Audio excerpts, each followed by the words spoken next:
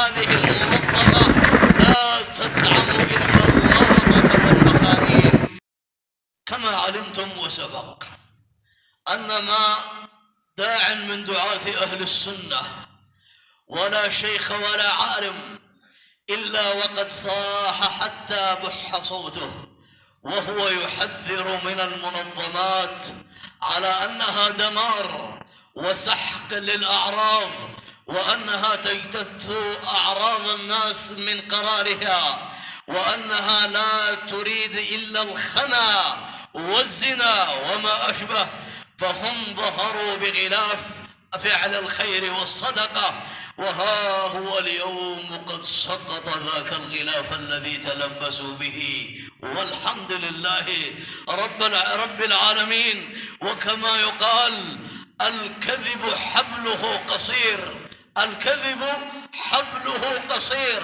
ها هي اليوم ظهرت منظمة اسمها أنترسوس، وهذه المنظمة لا تدعم إلا اللوطة والمخانيث. الحمد لله الذي فضحهم، الحمد لله الذي جلاهم وعراهم. فها هم يظنون أن هذا الصنف من المسلمين على أنه منبوذ وأنه مهمش وأن المجتمع لا يلتفت إليه. أما بالنسبة للمجتمع المسلم لا يلتفت إليه لأنه أمر بقتله. فقد قال النبي صلى الله عليه وسلم: من رأيتموه يعمل عمل قوم لوط فاقتلوا الفاعل والمفعول به. هذا عندنا ليس له إكرام إلا السيف يهوي على عنقه. القتل يكون حدا يقيمه عليه ولي الأمر. فهذا عضو فاسد في المجتمع، والفاسد لا بد من إزالته. لكن انظر إلى هذه المنظمات الكافرة الخبيثة، ما أرادت إلا أن ترفع هذا الصنف.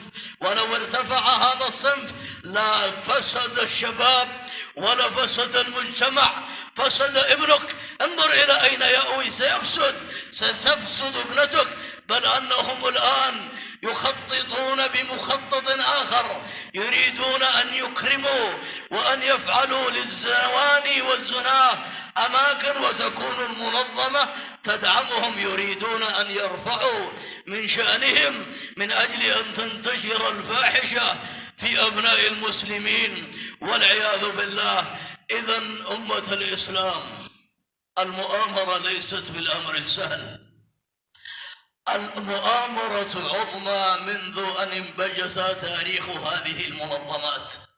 فهي تتظاهر أنها تعطينا شيء، بل أن بعض المنظمات أخذت من قبل نقاط الأمن وهي تحمل في أحشائها طيارات مسيرة تريد أن تأخذها إلى الحوثي كي يضربك بها. هم يعطونك شيئا يسيرا، كما قال بعض أهل العلم: هذه المنظمات كمن يعطيك كيس فيه روث ويريد بدلا عنه أن تعطيه كيس مليء بالذهب، فهو يعطيك قطمة رز، لكن من ورائها يأخذ العرض ويأخذ النساء ويأخذون الفتيات إليهم.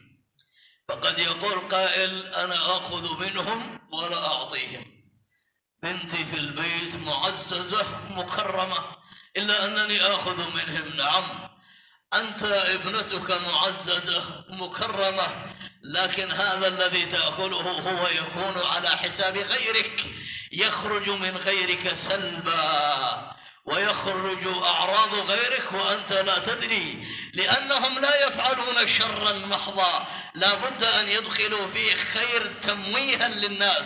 قد يفعلوا بئرا مثلا، يفعلوا بئرا فعل خير محضا، لكنهم قد أخذوا العشرات من البنات وقد صدروا بهن إلى أوروبا، وقد أعطيت الجواز الأوروبي وما تأتي إلا من هناك تدعو إلى الكفر وإلى الزندقة وإلى الإلحاد وإلى المساواة وإلى تأتي بنقاط وآليات، أي أنها تدعو النساء وتدعو المجتمع إلى مصادمة الشريعة والعياذ بالله سبحانه وتعالى.